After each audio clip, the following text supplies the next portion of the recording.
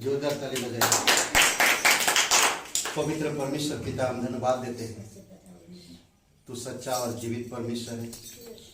तू हमारे जीवन में आनंद और संतुष्टि दोनों को लेकर आता है। तेरे भवन में आनंद की भरपूरी है पिता। जो तेरे भवन में है प्रभु, जीवन में संतुष्टि पाते हैं, क्योंकि तू हर एक लोगों से प्रेम करता है, हर एक लोगों पर दया करता है। तेरी कृपा और तेरी दया के अनुसार तू अगुवाई कर देते हैं। लोगों को जागरूक कर, लोगों को प्रेरित कर प्रभु यीशु, तेरे अनुग्रह को समझ सके और क्रूस की बलिदान को, संपूर्ण कार्य को समझ सके पिता। और तू जो मरे हुए से जी उठा प्रभु यीशु, और तू हमेशा के लिए जो जीवित है, आज इस जीवन को समझ सके पिता। आप सहायता करो। धन्यवाद देते प्रभु यीशु, तेरी महिमा करते पिता। कैसे मैं तेरी महिमा गाऊं, शब्द भी कम पड़ जाए। लिखने बैठूं तेरी बातें, कागज में ना समाए। कैसे मैं तेरी महिमा गाऊं, शब्द भी कम पड़ जाए। लिखने बैठूं तेरी बातें, कागज में ना समाए।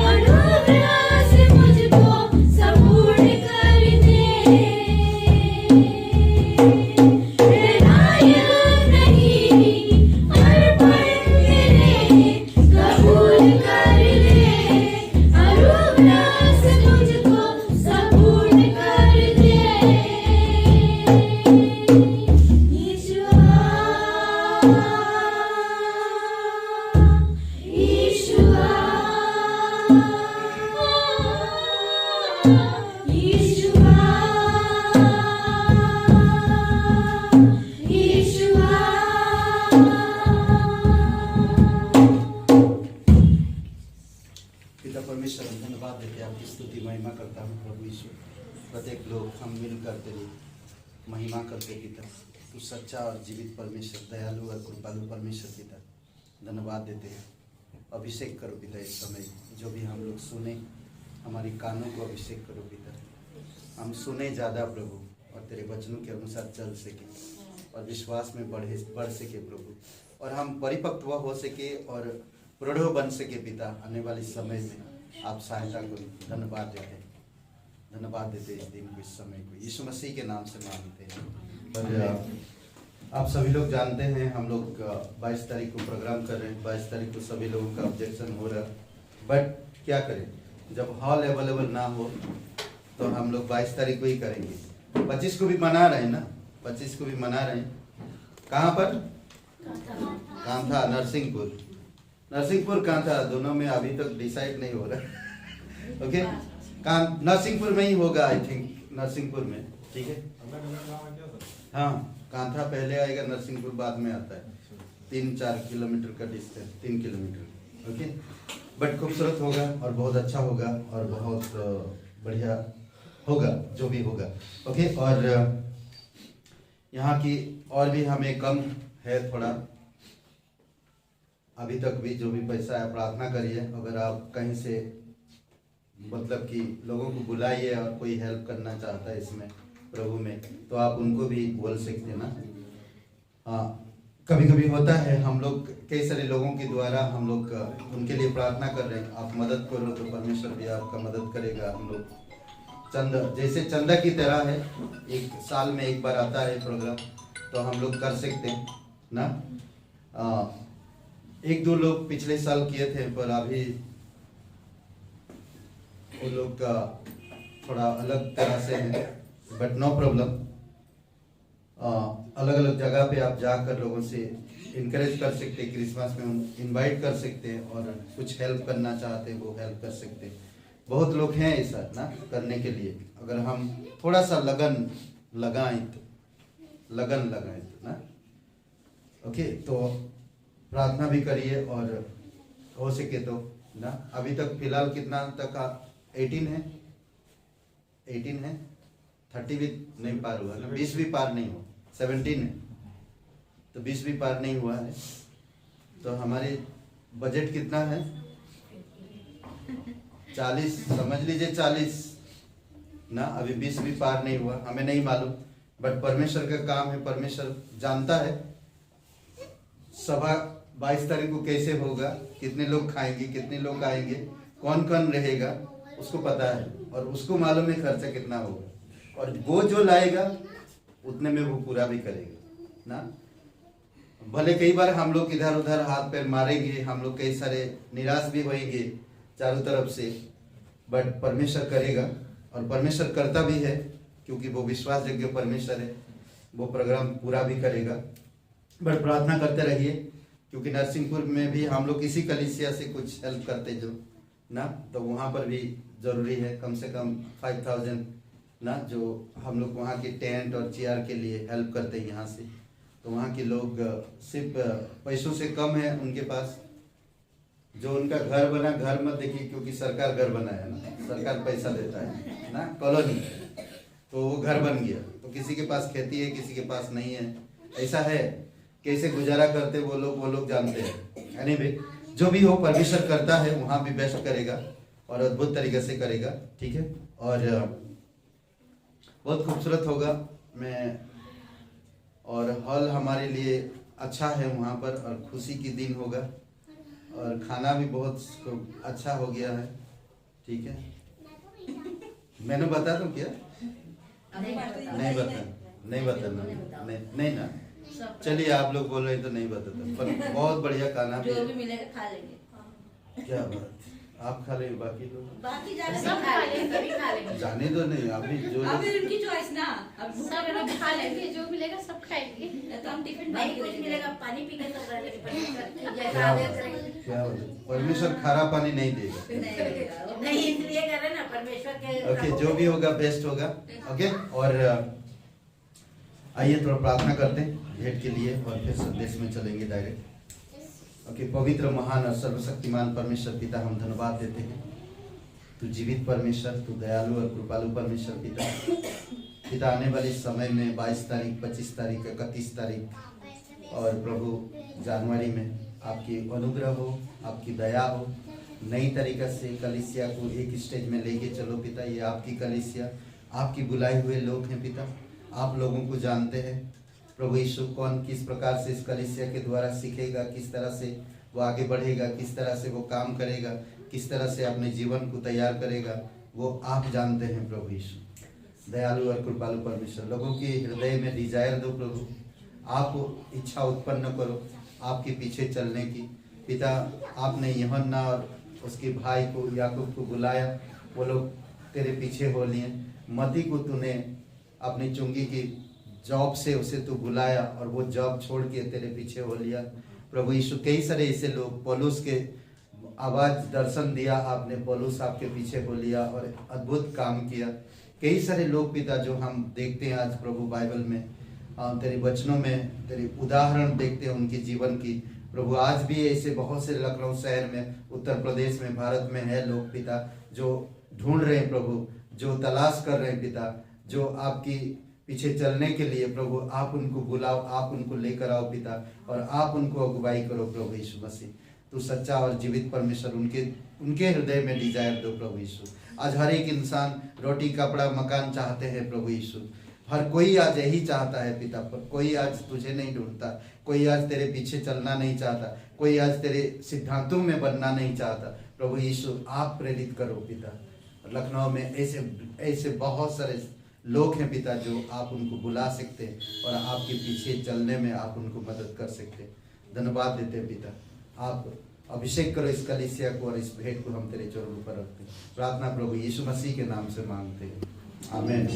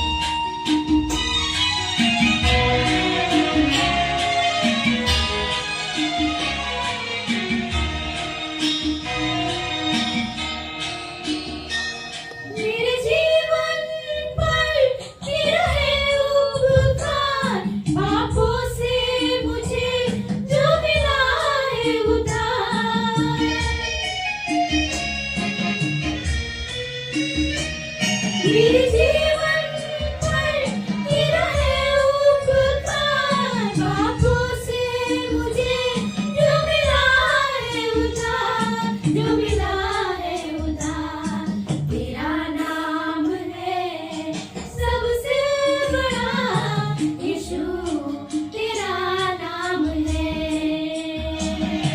तेरा नाम है सबसे बड़ा यीशु, तेरा नाम है, यीशु तेरा नाम है, यीशु तेरा नाम है, यीशु तेरा नाम है।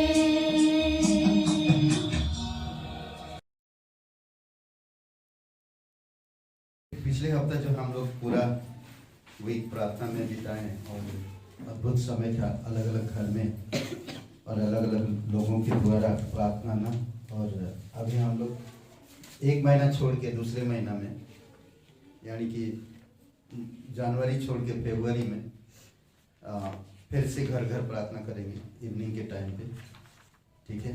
और प्रार्थना करेंगे और लोगों को शेयरिंग करने के लिए कहेंगे, तो लोग भी अलग अलग जगह पे पूरे वीक, ठीक है।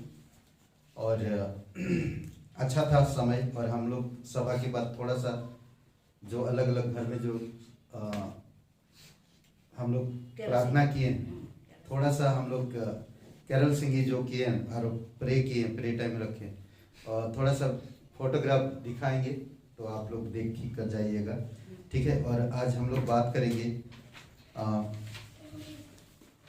परमेश्वर के नाम के ऊपर हम लोग बातें कर रहे हैं, ओके। और उसमें आज हम लोग 3 नाम पूरा करेंगे परमेश्वर के नाम के ऊपर ना। पुराने नियम में कई सारे नाम था, और उस नाम के मतलब ही परमेश्वर लोगों के साथ था। आइए प्रार्थना करते हैं। कोई एक जन पढ़िए लूका का 2 अध्याय 1 से 20 वचन तक। लूका का 2 अध्याय 1 से 20 तक।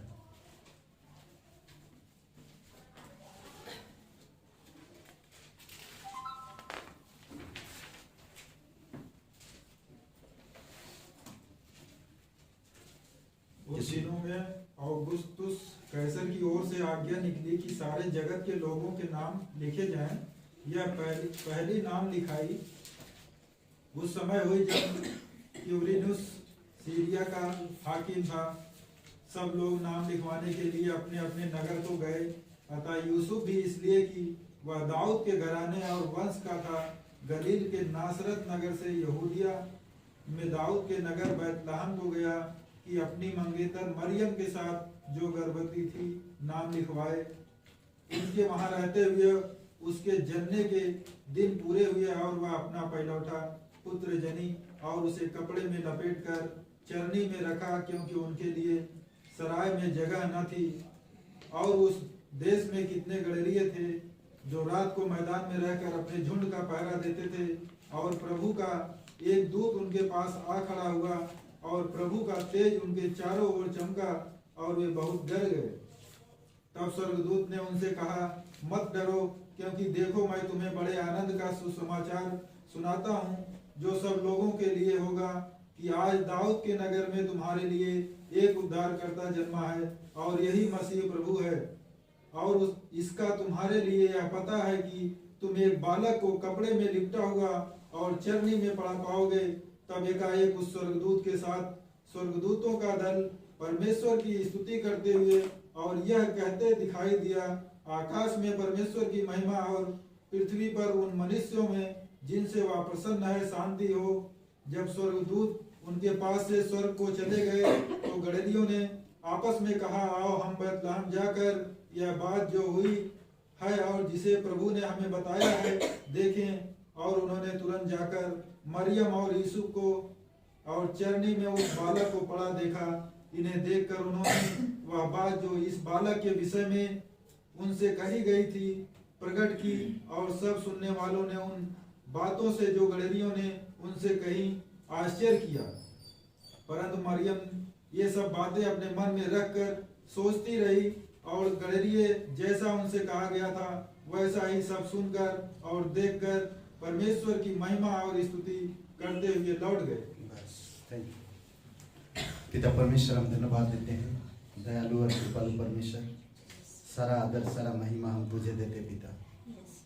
धन्यवाद देते प्रभु, तू इंसानों की कमजोरियों को जाना, इंसानों की भटकी हुई मन को और टूटा हुआ दिल को देखा, और उनको बचाने के लिए तूने स्वयं इस धरती पर आया ताकि उनके दिल को मजबूत कर सके, टूटे दिल को ठीक कर सके, भटकी हुई मन को सही स्थान पे ला सके, और उनको उनकी कमजोरियों को तू क्षमा कर सके और उन्हें तू मजबूत बना सके। इसीलिए पिता, इस धरती पर तू इंसान के रूप लेकर इंसान के बीच में आ गया और इंसान की जैसा जीवन व्यतीत करने लगा। धन्यवाद देते हैं आपकी महानता के लिए, धन्यवाद देते हैं आपकी योजनाओं के लिए, धन्यवाद देते हैं आपकी महान अनुग्रह के लिए पिता, जो तू महान परमेश्वर, पवित्र, धर्मी, पराक्रमी होने के बावजूद भी पापियों के बीच में तू रहा। इससे बढ़कर कोई बात नहीं हो सकता हमारे लिए। प्रभु यीशु, हम धन्यवाद देते हैं, तेरी स्तुति महिमा करते हैं, यीशु मसीह के नाम से मांगते हैं, आमीन। ओके, आज जो हम लोग बातें करेंगे और वो है परमेश्वर के नाम के ऊपर, ठीक है। इसमें हम देखते हैं स्वर्गदूतों ने गडरियों को यानी कि चरवाहों को आकर बताया संदेश ना, परमेश्वर किस तरह से कहाँ पैदा हुआ, किस तरह से आएगा, सब चीजें बताया। आज चार नाम हम लोग पूरा कर चुके, ठीक है। पहला है यहोवा इरे, यहोवा राफा, यहोवा क्या निसी, यहोवा सालम, ठीक है। ये 4 नाम हम लोग पूरा कर चुके। यहोवा यिरे का मतलब क्या है? यहोवा उपाय करता है। हम लोग देखें कि इंसान बेउपाय थे, पापों से बचने के लिए उपाय नहीं कर पा रहे थे। कोई भी उनके पास रास्ता नहीं था, कोई भी जगह नहीं था ना। परमेश्वर ने उपाय किया बचाने के लिए। और हम देखते हैं कि वो उत्पत्ति की किताब में एक उदाहरण हम देखते हैं, बहुत खूबसूरत उदाहरण, जो अब्राहिम के बेटे अब्राहिम को बोलता परमेश्वर जाओ और बलि करो। दूसरा हम देखते हैं यहोवा राफा ना, जो हमारी चंगाई देने वाला परमेश्वर। हम बीमार हैं, बीमार कौन सी? पाप की बीमारी, और पाप की बीमारी से चंगाई देने के लिए आया, पाप से छुटकारा देने के लिए आया। अद्भुत है नहीं? बोलते ना कि एक वचन है कि हमारे सिर के बाल से हमारी पैर के नीचे तक ना आरोग्य है, नाखून तक हम बीमार हैं, पर प्रभु हमारे लिए क्या बोलते कि चंगाई का काम किया, वो चंगाई दिया। कहता ना कि भजन कहां पर 53 अध्याय ना, ऐसा या 53 अध्याय और वचन 5 आई थिंक 5 या 4 में, उसकी कोड़े खाने से मैं चंगा हो गया ना, उसकी कोड़े खाने से मैं चंगा हो गया। और कहता कि हमारी जीवन अगर खारापन भी हो तो वो चंगाई लाएगा, मीठा कर देगा हमारे जीवन में परमेश्वर ना। और दूसरा हम देखते हैं यहोवा निसी। यहोवा निसी का क्या है मतलब? कि मैं हरा हुआ था और मेरा जीवन हमेशा हार रहा था।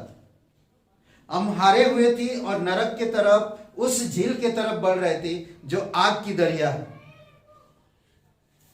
पर प्रभु हमें विजय दिया शैतान से, मौत से और नरक से ना, अंधकार से विजय दिया, हमें जीत दिया। करेक्ट? कितना खुशी की बात है ना। यहोवा सालम, शांति देता है। परमेश्वर मेरा शांति देता है। हम अशांति में खोए हुए थे, मन से, दिल से, परिवार से, रिश्तों से, देश से शांति नहीं था। पर जब आप यीशु को जाना, शांति का राजकुमार आपके जीवन में आया तो शांति लेकर आया। करेक्ट? तो आज हम देखेंगे यहां पर लूका का 7 से लेकर 11 तक फिर से पढ़िए। हम लोग देखते हैं इनके अर्थ का क्या मतलब है। पूरा वचन नहीं, यहां पर चरवाहों का यानी कि गडरियों का जिक्र किया ना। तो आज हम देखते हैं कि गडरियों का प्रतीक क्या बता रहा परमेश्वर। ठीक है, पढ़िए 7 से 11 तक फिर से लूका का दूसरा अध्याय। कोई और वह अपना पहलौठा पुत्र जनी और उसे कपड़े में लपेटकर चरनी में रखा, क्योंकि उनके लिए सराय में जगह न थी। और उस देश में कितने गड़रिये थे जो रात को मैदान में रहकर अपने झुंड का पहरा देते थे। और प्रभु का एक दूत उनके पास आ खड़ा हुआ, और प्रभु का तेज उनके चारों ओर चमका, और वे बहुत डर गए। तब स्वर्गदूत ने उनसे कहा, मत डरो, क्योंकि देखो मैं तुम्हें बड़े आनंद का सुसमाचार सुनाता हूँ, जो सब लोगों के लिए होगा, कि आज दाऊद के नगर में तुम्हारे लिए एक उद्धारकर्ता जन्मा है, और यही मसीह प्रभु है। ओके, स्वर्गदूत ने चरवाहा को बताया परमेश्वर आपका चरवाहा है ना, परमेश्वर आपका चरवाहा है। और परमेश्वर एक आनंद का समाचार लेकर आता ना, परमेश्वर एक आनंद का समाचार लेकर आता जो स्वर्गदूत चरवाहों को बताया। और चरवाहों की तरह परमेश्वर आप और मेरे जीवन में काम करता। ये एक बोलते ना एक आनंदमय बात है कि यहोवा, आज जो बात करेंगे यहोवा रा, समझ रहे हैं? यहोवा रा क्या कहता है? ये एक यहोवा रा प्रभु के जन्म की प्रथम घोषणा चरवाहों को की गई। स्वर्गदूतों ने किसको जन्म की घोषणा किसको दी? चरवाहों की प्रथम घोषणा। और यहोवा रा का मतलब बताता कि यहोवा मेरा चरवाहा है। समझ रहे? भजन संहिता 23 में उन्हें तुरंत समाचार मिला। लूका का दूसरा अध्याय वचन 7 से 11 में स्वर्गदूतों ने मसीह के जन्म के स्थान को दाऊद का नगर कहा। दाऊद का नगर, दाऊद के भजन में मसीह के सब चित्रों में से है। भजन में आप देखेंगे दाऊद की जो भजन ने उन्होंने लिखा भजन संहिता में, हर एक चित्र को यीशु मसीह के देखेंगे। समझ रहे हैं? यीशु मसीह के चित्र देखेंगे। सर्वोत्तम और सबसे अधिक प्रिय सर्वोत्तम सबसे अधिक प्रिय चित्र भजन संहिता 23 में दी गई है। समझ रहे हैं? यहोवा रा, यहोवा मेरा चरवाहा है। यहोवा रा, यहोवा मेरा चरवाहा है। चरवाहा होने के नाते सबसे उपयुक्त यही था, उपयुक्त ही था कि प्रभु यीशु ने इस संसार में अपना जीवन एक चरणी पर आरंभ किया। एक चरणी से आरंभ किया, एक छोटी सी चरणी, गाय को चारा देने वाले, वहां से शुरू किया, ना कि एक हवेली से। समझ रहे? और चरवाहों को खबर दिया गया चरणी पर प्रभु है, आकाश और पृथ्वी बांधने वाला ना। चरवाहों को खबर मिलता और जाकर वो उद्धारकर्ता को देखते हैं, सृष्टिकर्ता को देखते हैं, तारणहार को देखते हैं, पराक्रमी परमेश्वर को देखते हैं। एक चरणी में है ना, सारा अधिकार रखने वाला, हवा, पानी, आकाश, पृथ्वी, धरती, इंसान, हर एक चीजों को जानने वाला, जिसको चरणी पर देख रहे हैं, एक छोटी सी चरणी में पड़ा है।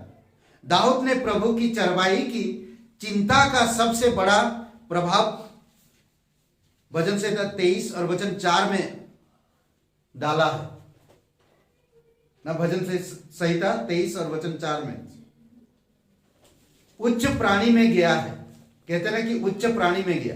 दाऊद ने प्रभु की चरवाही की चिंता का सबसे बड़ा प्रभाव 4 में उच्च प्राणी में करता है। मैं ना डरूंगा क्योंकि आप मेरे साथ रहते हो।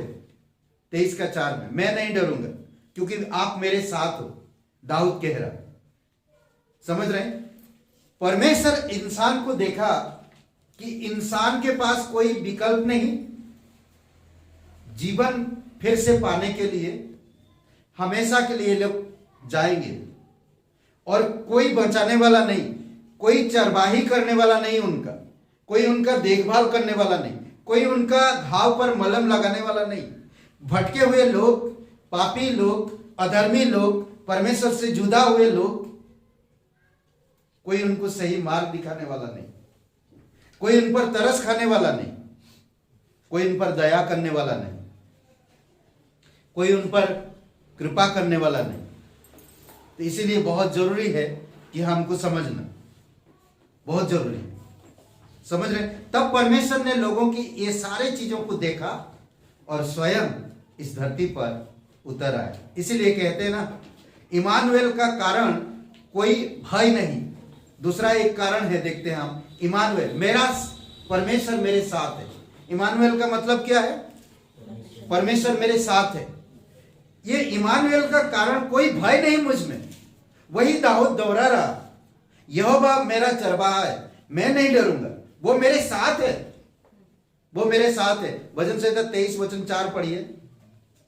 चाहे मैं घोर अंधकार से भरी हुई तराई में होकर चलूं तो भी हानि से न डरूंगा, क्योंकि तू मेरे साथ रहता है। क्योंकि तू मेरे साथ रहता, मैं हानि से कभी घबराऊंगा नहीं, मैं कभी डरूंगा नहीं, तू मेरे साथ रहता है। समझ रहे? स्वर्गदूत डिक्लेयर कर रहे, जाओ देखो तुम, जो दाऊदपुर में, दाऊद नगर में जन्मा है, जो जगत का उद्धार करता है। 11 वचन में, जो जगत का उद्धार करता है। क्या कह रहा 11 वचन में? कि आज दाऊद के नगर में तुम्हारे लिए एक उद्धारकर्ता जन्मा है और यही मसीह प्रभु है। यही मसीह प्रभु है। अद्भुत है।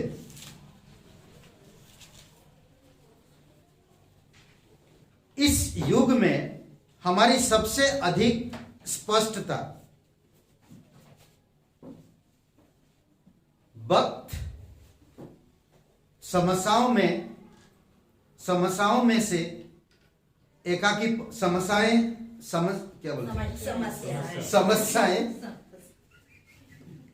आने वाली समस्या याद है, समस्या, तकलीफ ना।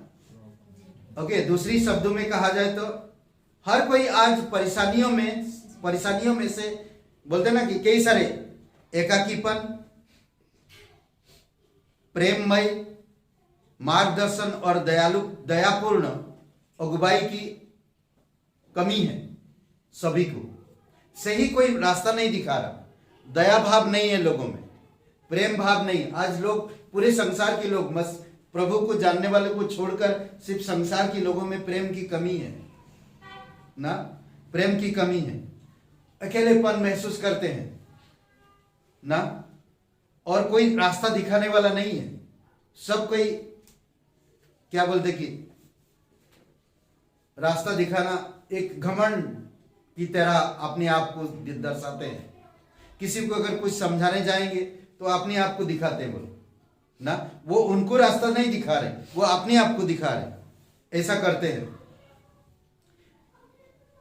इसीलिए लोग टूटे हुए हैं, बिखरे हुए हैं, भटके हुए हैं, डरे हुए हैं और हानि उठा रहे हैं, प्राण की, आत्मा की हानि।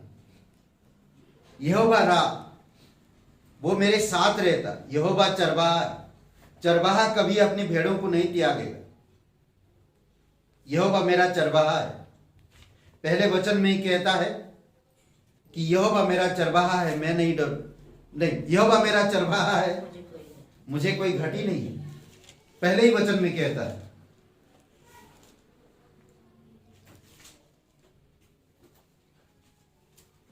जब हम मसीह से हम अपने चरवाहा के रूप में परिचित होते हैं तो हमारी सारी समस्याओं का समाधान लाता है। हर एक समस्याओं का समाधान लाता जब हम परिचित होते हैं, और धीरे धीरे करके हमारी परेशानियों को अंत कर देता। जब हम चरवाहा के साथ रहते, वो तो साथ है पर कई बार हम साथ नहीं देते। कभी कभी भेड़ अलग हो जाते, मालूम है, चरवाहा से, तो खतरा महसूस करते, खतरा होता उनको। दूसरी बात हम देख सकते हैं कि भजन संहिता 23 आशीष से एक ऐसी जागरूक करता सच्ची आशीष को दर्शाता है जो आप और मेरे जीवन के लिए। एक संडे स्कूल के बच्चे से पूछा गया, भजन संहिता 23 का अनुवाद क्या करोगे, परिभाषित कैसे दोगे? तो बच्चा बड़ी आनंद पूर्वक खड़ा होकर कहता है, यहोवा मेरा चरवाहा है। बस इतना ही ना, बड़ी बड़ी चाप के साथ, बड़ी आनंद के साथ, यहोवा मेरा चरवाहा है। यही सही, यही मैं चाहता था। टीचर ने बोला, यही मैं चाहता था कि कोई बोले एक ही सब, यहोवा मेरा चरवाहा है। बस समझ रहे? पूरे बाइबल में देखें कि चरवाही जो परमेश्वर हमारे ऊपर करता, उसका कीमत हम कभी चुका नहीं सकते। हर तरह से वो हमारी मदद करता है। मत डर, उसने कहा, क्योंकि सामर्थी भयानक ने उनके व्याकुल मन को पकड़ लिया है। आकाश में परमेश्वर की महिमा और पृथ्वी पर उन मनुष्य में जिनमें वह प्रसन्न है शांति हो। ना, आकाश में उसकी महिमा है और छोटा सा चरणी में बच्चा है और डिक्लेयर करा जा रहा, परमेश्वर की महिमा आकाश में है और शांति यहां पर धरती पर। ना, शांति का राजकुमार उतर आया शांति देने के लिए। इसीलिए प्रभु यीशु मसीह कहता है भजन संहिता कर यूहन्ना का 16 अध्याय में, आई थिंक, मैं अपनी शांति में तुम्हें देता हूं, अपनी शांति, क्योंकि वो हमारे साथ है। लूका का 2 अध्याय वचन 10 में कहता, मत डरो, देखो मैं तुम्हें बड़े आनंद का सुसमाचार सुनाता हूं जो सब लोगों के लिए होगा। आनंद का सुसमाचार जो सब लोगों के लिए होगा।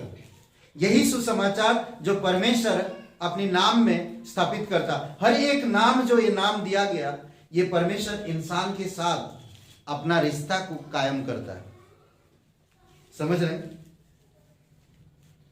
हम यहोवा की वाचा के नामों पर मनन जारी रख सकते हैं या मनन कर सकते हैं या ध्यान लगा सकते हैं कि परमेश्वर, और हम देख सकते हैं कि परमेश्वर किस तरह से यहोवा ईरे, यहोवा राफा, यहोवा निसी, यहोवा सालम, यहोवा रा, ये सारे चीजें जो मेरे लिए क्रिसमस गिफ्ट है, जो परमेश्वर की नाम मेरे लिए, ये मेरा सबसे बड़ा गिफ्ट है। हर एक नाम का अर्थ मुझसे जुड़ा हुआ है और परमेश्वर इसमें अपनी चरित्र को दर्शाता कि मैं तुझसे कितना प्यार करता हूं और मैं तेरे साथ कैसे रहता हूं। और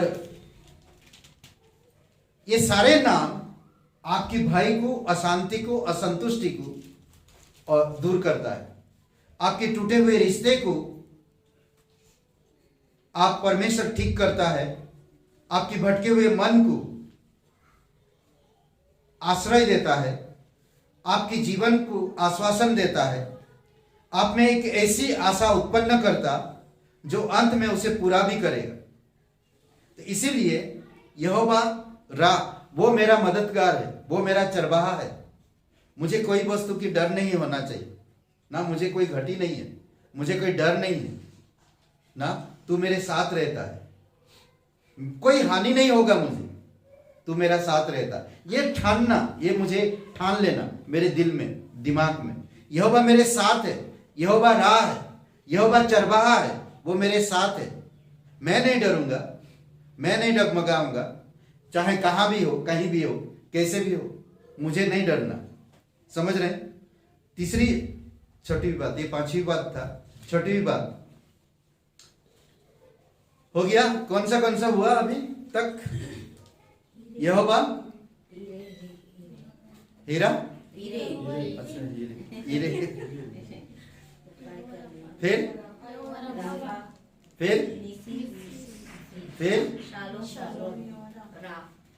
फिर रा। अब छठवा ना, यहोवा सिदकेनु।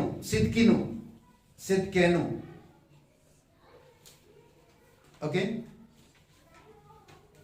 मेरा धार्मिकता।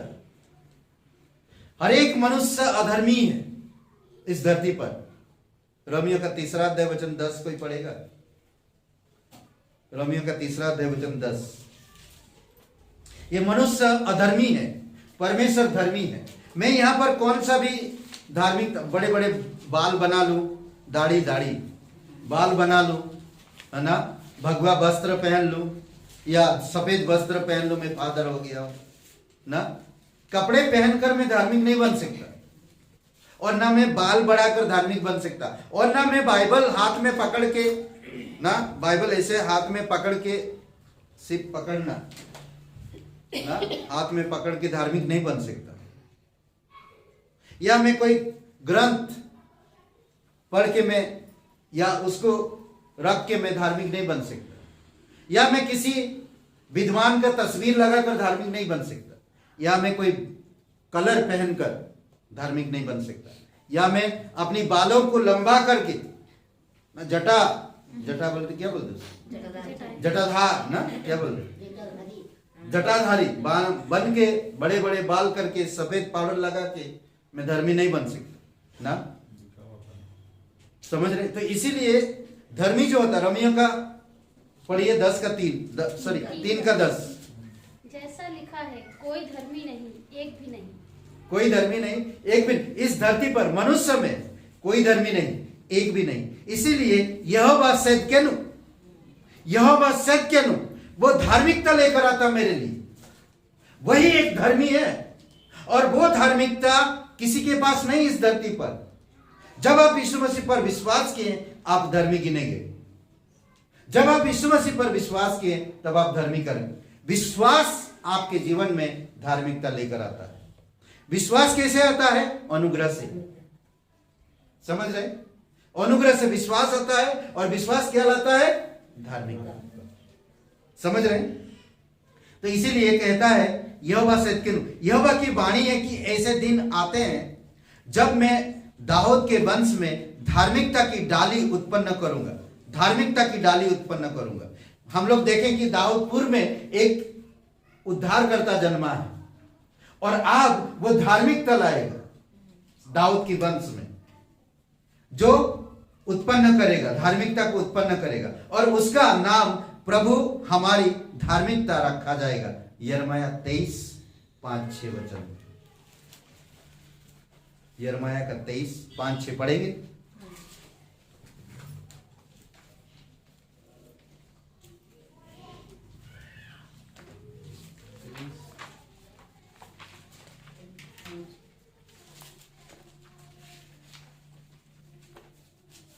यहोवा की यह वाणी है, देख ऐसे दिन आते हैं जब मैं दाऊद के कुल में से एक धर्मी अंकुर उगाऊंगा, और वह राजा बनकर बुद्धि से राज्य करेगा, और अपने देश में न्याय और धर्म से प्रभुता करेगा। ओके, 33 में 15-16 में भी बताया, और यही हम लूका के 1:35 में देख पाते हैं। वे जो कुंवारी के गर्भ में आए थे पवित्र कहलाएगा। लूका का 1:35 में। समझ रहे हैं? और यही धार्मिकता हम क्रूस पे देखते हैं, जो परमेश्वर क्रूस पर अपना जीवन दिया और कब्र में गया, और तीसरे दिन मरे हुए से जी उठता। आज जो कोई इंसान यीशु मसीह पर विश्वास करता, क्रूस की बलिदान पर, संपूर्ण कार्य पर, तो वो धार्मिक गिना जाता है। मेरे अच्छे कर्मों से मैं धार्मी नहीं बना, मेरे अच्छे धर्म, मेरे परंपरा या धर्म से मैं धर्मी नहीं बना, परंतु मैं धर्मी बना परमेश्वर की अनुग्रह से, परमेश्वर पर विश्वास करने से। परमेश्वर यहोवा मेरा धर्मी बनाने वाला। ठीक है? मसीह से अलग हम में कुछ भी अच्छा नहीं है। यीशु मसीह से अलग हमारे अंदर कोई भी चीज अच्छा नहीं है, परंतु शैतान इस केंद्रीय सत्य को हमें भुला देना चाहता है, और विश्वास कराता है कि केवल हमारे स्वयं की अच्छाई के अनुसार ही परमेश्वर का प्रेम हमारे प्रति होता है। समझ रहे हैं? क्या चाहता है शैतान की परमेश्वर की अच्छाई को आपके अंदर से भुला देना चाहता है, परमेश्वर की धार्मिकता को आपके अंदर से भुला देना चाहता है। जब तुम अच्छे कर्म करोगे तभी तो धर्मी गिने जाओगे। यही तो सब सिखा रहे हैं, यही तो संसार सिखा रहा है, और परमेश्वर इसको खारिज करता है। परमेश्वर कहता नहीं, पहले मैं तुम पर अनुग्रह किया, तुम मुझ पर भरोसा करो, तब मैं धार्मिक गिनूंगा। समझ रहे? तब परमेश्वर धार्मिक देता है। पर शैतान नहीं चाहता कि सत्य में हम लोग चले, परमेश्वर की सच्चाई को जाने, परमेश्वर की ज्योतिमय तेजमय को समझ पाए, और परमेश्वर की धार्मिकता को हमारी दे। नहीं चाहता वो, इन सब चीजों को भुलाना चाहता। इसीलिए आपको मुझे विचलित करता है, कंफ्यूज करता है ना। और किसी ने कहा कि सिर्फ आप ही धर्मी हो, पूरे दुनिया में जो इतने लोग हैं जो धर्म की काम करते हैं, सिर्फ आप ही धर्मी हो। मैं बोला जी हाँ, सिर्फ मैं ही धर्मी हूं। ये मुझे परमेश्वर ने फ्री दिया है, मैं कमाया नहीं मेरी धार्मिकता को, मेरी धार्मिकता को मैंने कमाया नहीं। जितने भी दुनिया में आज जो भी धार्मिकता के काम कर रहे हैं वो गलत है, वो धर्मी नहीं कहलाएंगे परमेश्वर के सामने, चाहे करोड़ों लोग हो, मुझे उससे कोई मतलब नहीं। यीशु मसीह ने कहा चौड़ा वह फाटक है, वह मार्ग है जो सब कोई जाता है, और उनका विनाश, उनका अंत विनाश है। परमेश्वर ने करोड़ों लाखों करोड़ों लोगों के बीच में से आपको चुना है और आपको धार्मिकता दिया। आज मत भूलो। तो ऐसा मैं मान नहीं सकता। जब सब लोग करते हैं तो हमें भी करना चाहिए। तो सब लोग मरेंगे तो आप भी मरोगे। क्लियर है? सब मरेंगे तो आप भी मरोगे। और कोरोना में वो चले गए। कोरोना जो पहली बार आया था तभी वो चले गए। समझ रहे हैं कैसे कैसे लोग होते ना।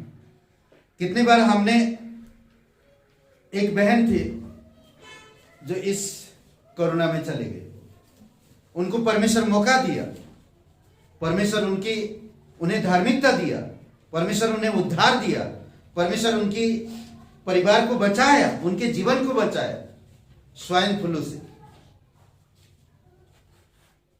बट वो लापरवाही ना, परमेश्वर काम काज, बिजनेस, अपना काम काज, परिवार, ये चाहिए, परंपरा, ये सब चीजें चाहिए जी। ये मैं नहीं मना करता कि ये नहीं चाहिए, बट आपके जीवन में प्राथमिकता परमेश्वर को दीजिए, परमेश्वर की धार्मिकता के अनुसार चलिए।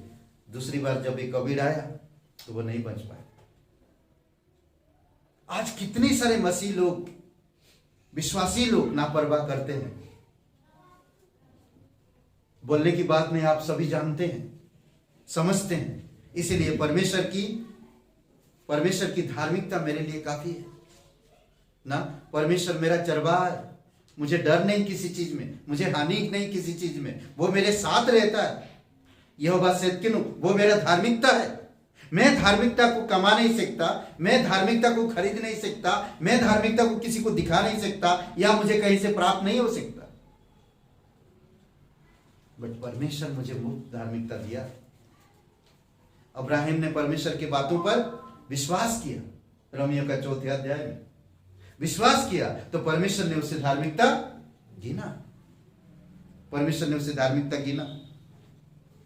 प्रत्येक असफल हमारे अधिक से अधिक नकारात्मक भय को भर देती है। प्रत्येक जो असफलता हमारे जीवन में आती है, अधिक से अधिक नकारात्मक विचार, नकारात्मक डर पैदा करता हमारे अंदर। समझ रहे? ऐसी भावना गहरे में बैठ जाती है, कभी कभी गहरे में जाकर बैठती है, और फिर वो निकलता नहीं। बैठ जाती है कि हम कभी सफल ना होंगे। कभी कभी देखे ऐसा लोग, मेरे एक मित्र है,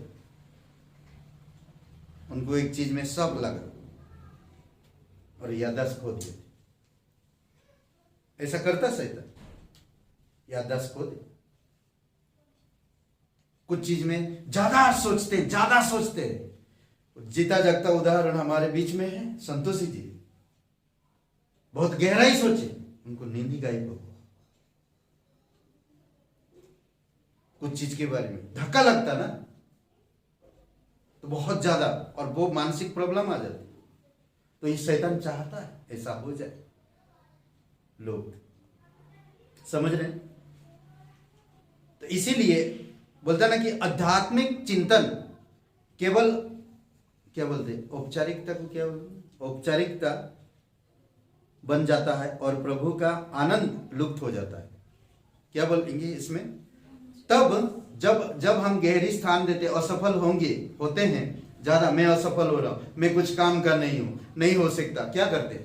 मैं आपको मार देते। और इसमें कहता है कि आध्यात्मिक चिंतन केवल औपचारिकता, यानी कि जो आत्मिक विचारधाराओं में चल रहे थे, आप वो लोग आत्मिक विचारधाराओं में नहीं चलना चाहते।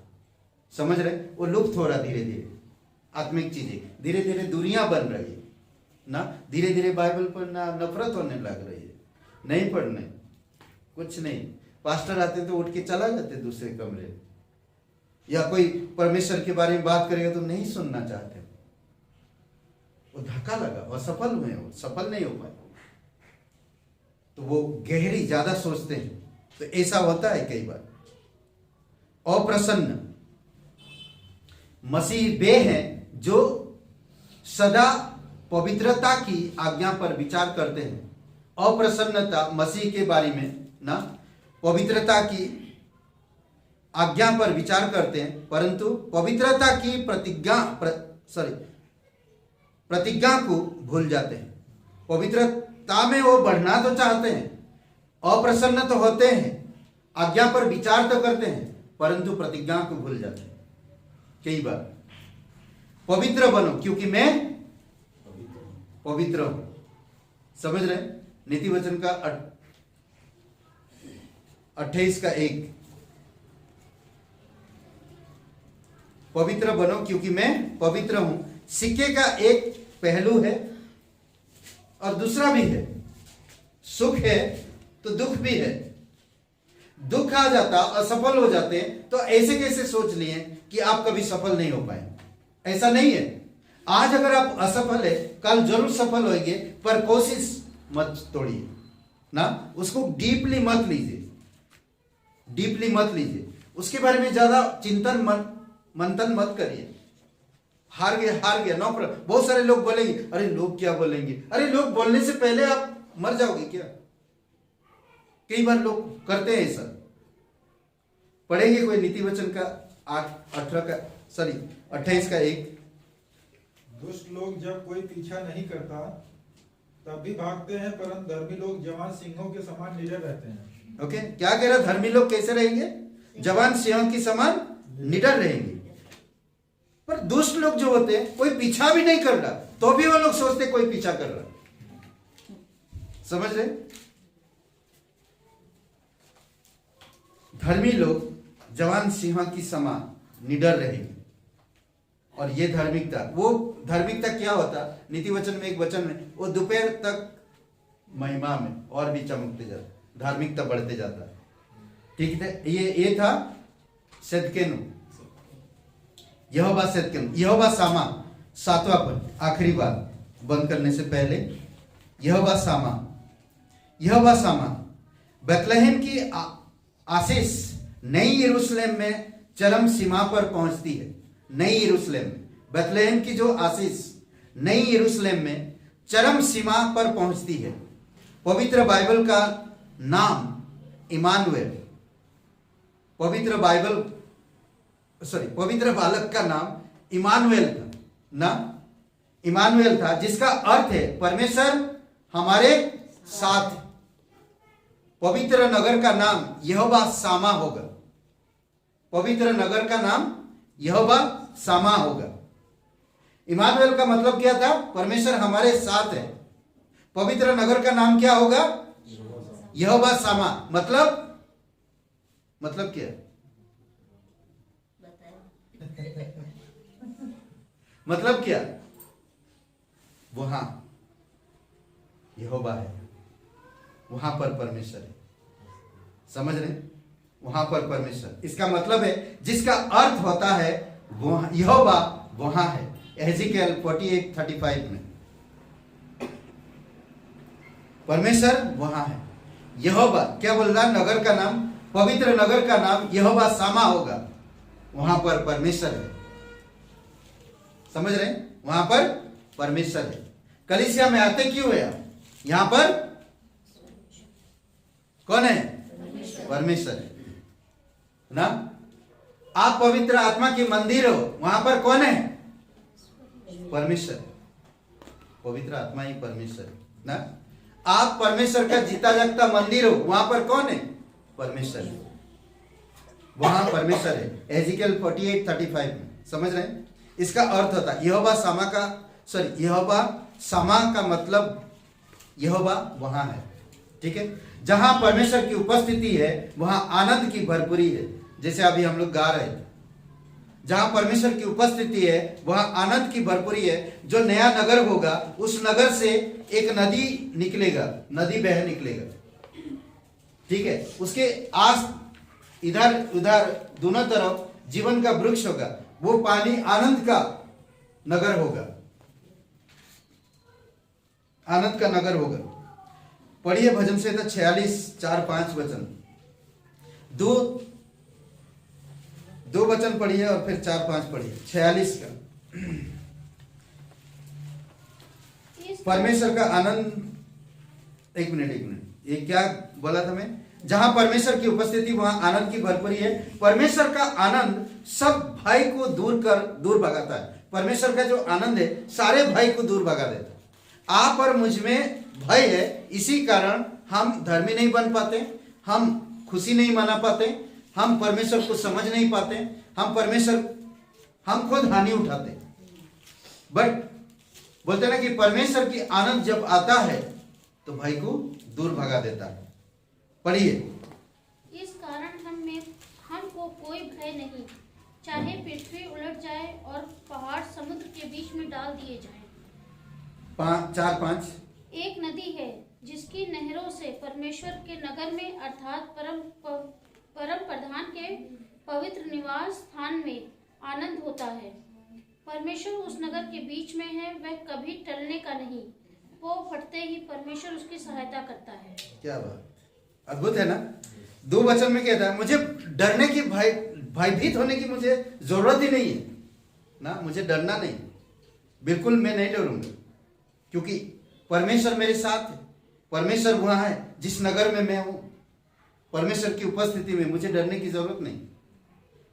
एक नदी है जिसकी धाराएं परमेश्वर के नगर को आनंदित करती है ना, जिसकी धाराएं परमेश्वर की नगर को आनंदित करती है।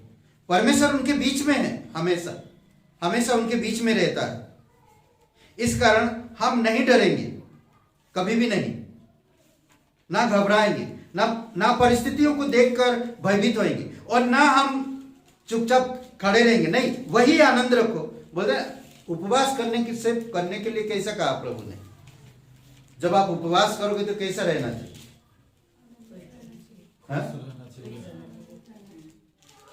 और क्या करें? क्या कहा? उपवास करते वक्त कैसा रहना चाहिए? दिखावटी मत करो ना, दिखावटी मत करो, और चेहरे में मत उपवास नहीं, चेहरे में। जैसे आप रोज तेल लगाते हो वैसे तेल लगाओ, जैसे आप रोज मेकअप करते हो वैसे मेकअप करो, जैसे आप रहते हो वैसे जैसे रोज रहते हो वैसे ही रहो। आज कोई स्पेशल नहीं, जो आप उपवास किया तो कोई स्पेशल नहीं है। हम लोग बड़ा उस दिन को, अरे मैं उपवास रखा, अरे मैं उपवास रखा, अरे मैं कुछ नहीं करूंगी आज, मैं उपवास रखती। कमाल है। आज से मैं कुछ नहीं करूंगा।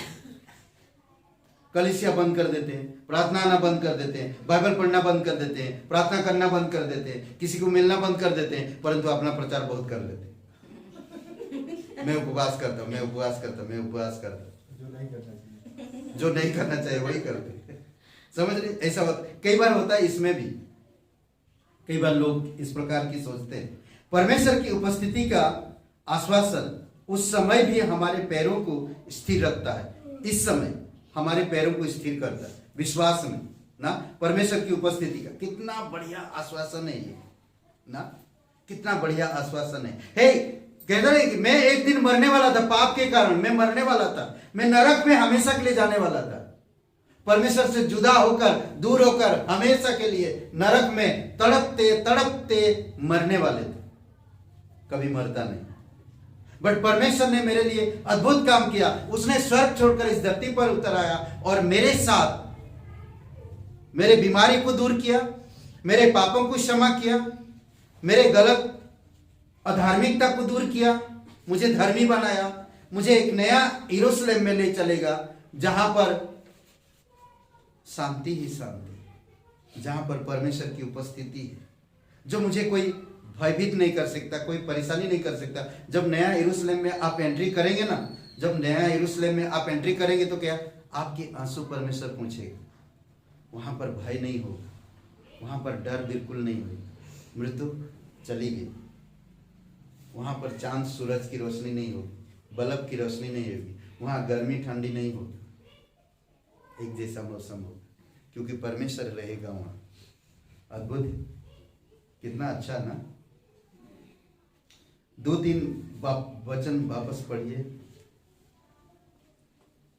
उसी का। इस कारण हमको कोई भय नहीं, चाहे पृथ्वी उलट जाए और पहाड़ समुद्र के बीच में डाल दिए जाएं, चाहे समुद्र गरजे और फेन उठाए और पहाड़ उसकी बाढ़ से कांप उठे।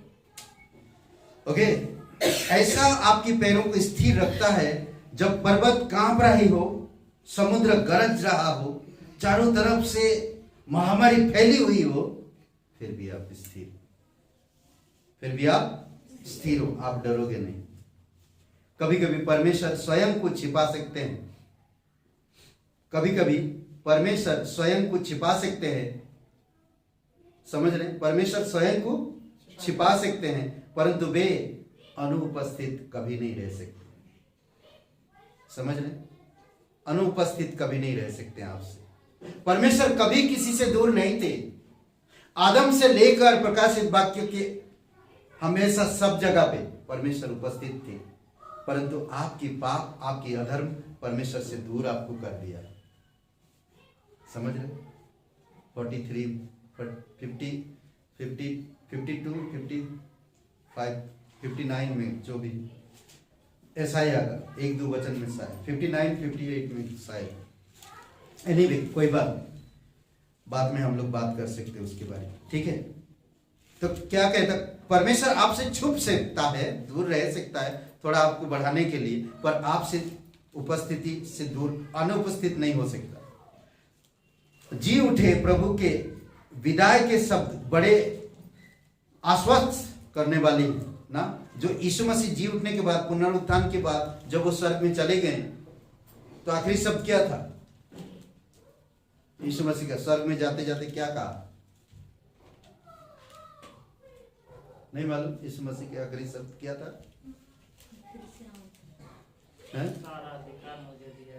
सारा अधिकार मुझे दिया गया। 20 वचन क्या बोलता है?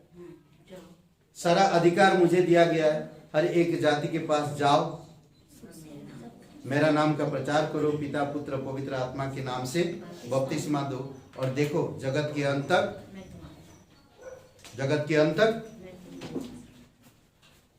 अंत तक मैं तुम्हारे संग हूं। इस युग में प्रभु हमारे साथ है, उस युग में हमेशा रहेगा। इस युग में भी साथ है, उस युग में भी था और हमेशा रहेगा।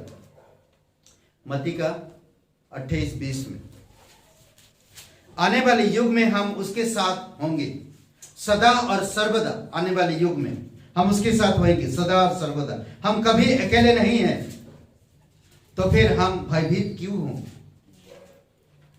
ना? हम कभी अकेले नहीं हैं, भयभीत नहीं होना चाहिए।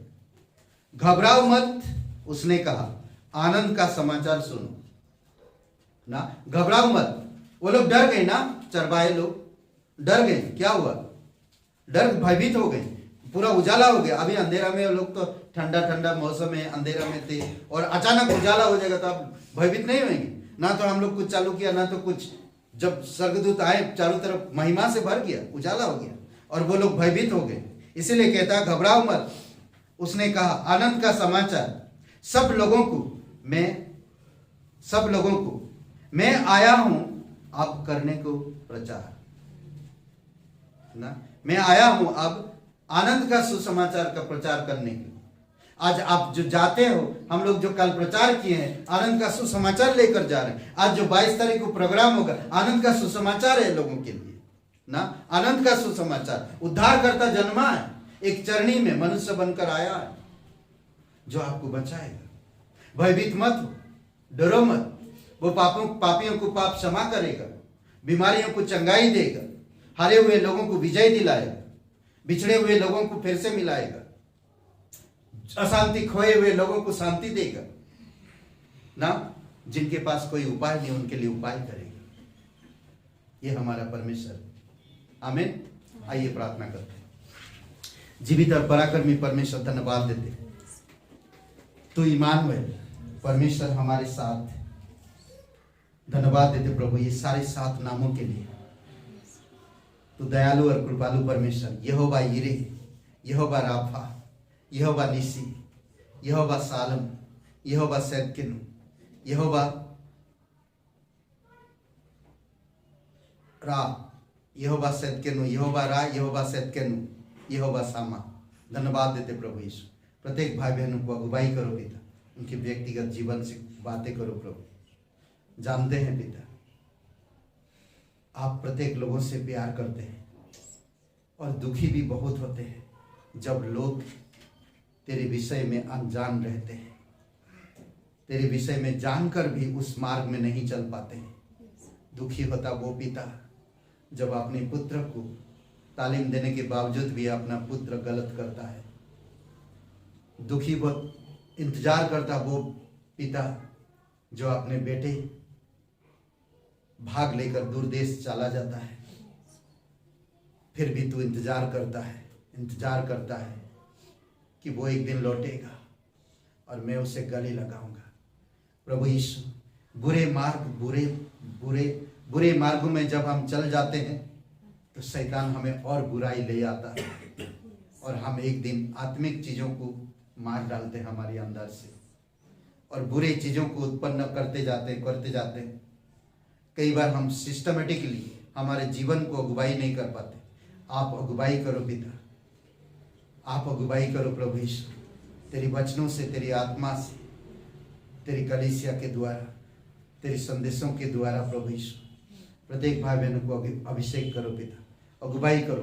कोई भी भाई बहन यूट्यूब चैनल में देख रहे, सुन रहे संदेश, अगर आप न्यू हो, आप कभी सुना नहीं यीशु के बारे में, इमानुएल परमेश्वर, परमात्मा परमेश्वर जो आपसे प्यार करता है। इमानुएल का मतलब है वो हमारे साथ है, वो आपके साथ है। अगर आप टूटे हुए हैं, अगर आप हारे हुए हैं, अगर आप कहीं बिछड़े हुए हैं, अगर आप कहीं बीमार में हैं, अगर आप कहीं टूटे हुए हैं, तो आज अभी इसी समय प्रभु यीशु मसीह पर विश्वास करिए और वो आपको चंगाई देगा। अगर आप विश्वास करना चाहते हैं यीशु मसीह पर, वो आपको सफल करेगा, वो आपको विजय देगा, वो आपको प्रोत्साहन करेगा और आपके जीवन को आनंदमय करेगा। अगर आप विश्वास करना चाहते हैं, उद्धार पाना चाहते हैं, नया जीवन पाना चाहते हैं, परमेश्वर के साथ संगति करना चाहते हैं, तो मेरे साथ आज आप ये प्रार्थना आप दोहरा सकते हैं। अगर आपने कभी प्रार्थनाएं नहीं की, आज मेरे साथ सच्चे मन से, सच्चे दिल से, संपूर्ण हृदय से आप बैठ जाइए। अभी एक समय के लिए अपने मन को क्रूस की तरफ, परमेश्वर की तरफ ले आइए। क्रूस में यीशु मसीह आपके गुनाहों के कारण बलिदान हो गया, कोड़े लगाए गए, खून बहाया गया, मारा गया, कांटों का ताज पहनाया गया ताकि आप और मैं बच सके। वो बलिदान हुआ, वो कब्र में गया और तीसरे दिन जी उठा। आप अगर इस बात पर विश्वास करते हैं तो मेरे साथ ये प्रार्थना को सच्चे दिल से करिए। कहिए, हे यीशु, मैं जानता हूं मैं कमजोर और पापी इंसान हूं, मैं हारा हुआ हूं, मैं टूटा हुआ हूं, मैं अधर्मी हूं। प्रभु यीशु, मुझे क्षमा कीजिए। सच्चे दिल से, सच्चे मन से तेरे बलिदान पर, तेरे गाड़े जाने पर, तेरे जी उठने पर मैं विश्वास करता। मुझे क्षमा करिए, मेरे हृदय में आइए, मुझे नया जीवन दीजिए।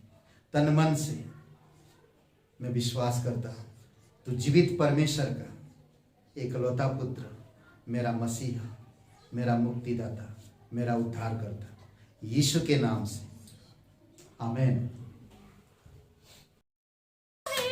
कमाल का मेरा यीशु है, कमाल का मेरा यीशु है, कमाल का मेरा यीशु है, कमाल का उसके जैसा कोई नहीं, उसके जैसा कोई नहीं, उसके जैसा कोई नहीं, उसके जैसा कोई नहीं, मेरा यीशु है, कमाल का मेरा यीशु है, कमाल का मेरा यीशु है, कमाल का मेरा यीशु है, कमाल का उसके जैसा कोई नहीं, उसके जैसा कोई नहीं, उसके जैसा कोई नहीं, उसके जैसा कोई नहीं। विरोधी को प्यास बुझाता, विरोधी को भूख मिटाता, विरोधी को प्यास बुझाता, विरोधी को भूख मिटाता, विरोधी को प्यास बुझाता, विरोधी को भूख मिटाता।